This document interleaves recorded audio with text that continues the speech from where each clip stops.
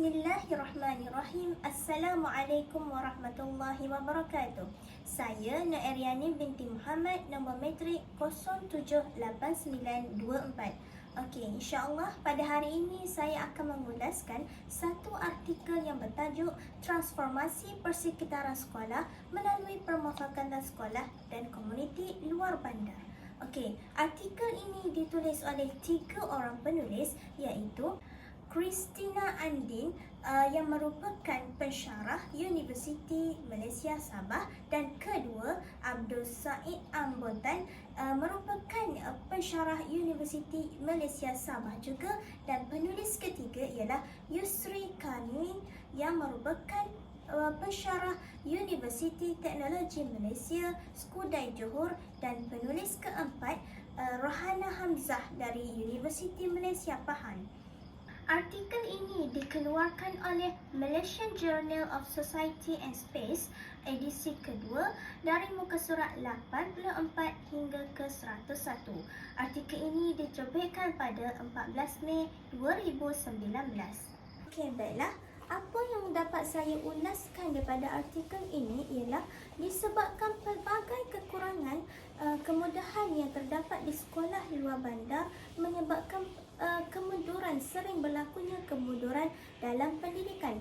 Oleh sebab itulah artikel jurnal ini ditulis bagi mengkaji sejauh manakah keberkesanan sekolah permufakatan sekolah jika dikaitkan dengan komuniti luar bandar.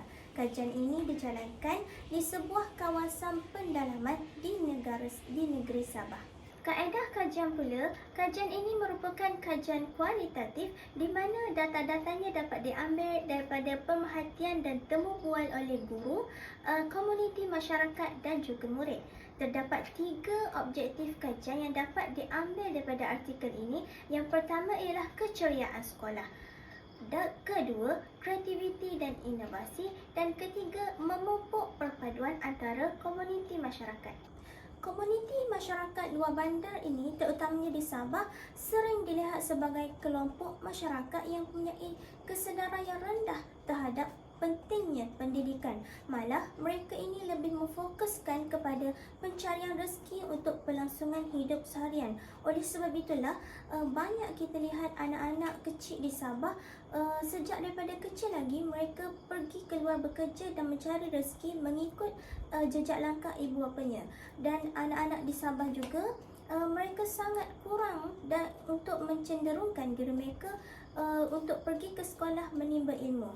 Oleh sebab itulah beberapa strategi sudah diambil untuk menyedarkan lagi masyarakat komuniti ini tentang pentingnya ilmu pendidikan. Yang pertama iaitu mendekati masyarakat. Guru besar perlu mengambil peranan yang penting untuk mendekati komuniti luar bandar. Contohnya seperti guru besar perlulah melibatkan dirinya ke dalam masyarakat, iaitu dengan pergi menziarah kematian ataupun pergi kepada kenduri perkahwinan, dan juga hadir ke peristiwa-peristiwa penting yang telah komuniti adakan. Strategi kedua pula ialah mengadakan pertandingan keceriaan sekolah dan meraihkan kejayaan dengan kepada si pemenang dengan memberikan ganjaran.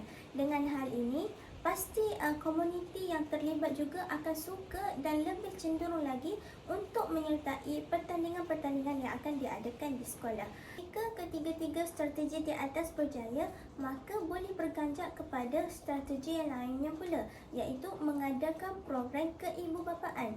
Ibu bapa perlulah mengambil peranan penting dalam menyediakan keselesaan untuk anak-anak muridnya di sekolah. Seterusnya, program sukarela membantu sekolah. Program sukarela membantu sekolah ini seperti mengadakan hari sukan dan gotong royong beramai-ramai. Jika program ini diadakan, semestinya ibu bapa akan terlibat dan dapat mengeratkan hubungan silaturahim antara masyarakat komuniti dan juga guru-guru di sekolah. Dan terakhir sekali adalah keahlian PIBG.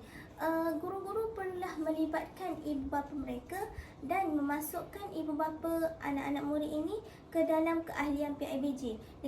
Dengan menjadinya PIBG sekolah, pasti ibu bapa akan lebih bersemangat lagi untuk memberi pelbagai idea untuk menceriakan dan mempelbagaikan aktiviti di sekolah. Antara faktor yang mendorong kejayaan permufakatan ialah kepimpinan pengetua sekolah. Pengetua sekolah mestilah bijak untuk mendekati masyarakat dan masuk ke dalam komuniti. Jika sebelum ini mereka hanya bertemu di dalam mesyuarat PIBG sahaja, mungkin akan datang mereka lebih selesa untuk sentiasa bertemu dengan guru besar kerana mereka sudah selesa untuk dekat dengan guru besar. Yang seterusnya ialah komunikasi dua hala yang kerap. Komunikasi ini akan menggalakkan pemberian maklumat yang banyak. Komuniti akan lebih faham tentang pelaksanaan pelajaran dan pembelajaran seperti kandungan kokurikulum, maklumat tentang pemantauan anak-anak muridnya di sekolah dan dapat maklumat terkini untuk aktiviti-aktiviti yang akan dilakukan di sekolah. Maklumat yang jelas akan memberikan lagi kepercayaan kepada ibu bapa untuk menggalakkan perkembangan pembelajaran anak-anak mereka. Faktor yang terakhir sekali adalah strategi membina perhubungan. Apabila hubungan terbina, maka rasa percaya dan yakin akan timbul. Oleh itu, jika ibu bapa sudah percaya akan keadaan di sekolah, maka ia akan mengeratkan lagi permufakatan antara sekolah dan juga komuniti masyarakat. Daripada kajian yang telah dikaji, maka timbullah impak daripada permufakatan komuniti. Pertama, peningkatan pencapaian pelajar. Telah dilihat bahawa pencapaian murid-murid dalam peperiksaan semakin melonjak naik atas semangat dan kerjasama ibu bapa terhadap anak-anak dan juga pihak sekolah. Yang kedua, dilihat juga peratusan kehadiran bertambah baik. Anak-anak semakin hari semakin ramai anak-anak yang datang dan tidak meninggalkan sekolah oleh kerana pemerhatian daripada ibunya dan galakan daripada ibu bapa mereka untuk menyuruh anak-anak mereka ke sekolah. Dan ketiga, menambah baikkan keperluan yang ada di sekolah. Dengan adanya komuniti masyarakat luar bandar antara sekolah ini, sekolah yang pelbagai kekurangan di sekolah dapat ditambah baikkan seperti mempunyai pada yang cantik, kelas yang selesa untuk dipelajari dan pelbagai kekurangan juga dapat ditambah dengan lebih baik lagi. Sebagai kesimpulannya, program transformasi ruang persekitaran sekolah yang diadakan berjaya mengubah wajah sekitar sekolah dengan pelbagai idea dan landscape yang cantik dan juga menarik.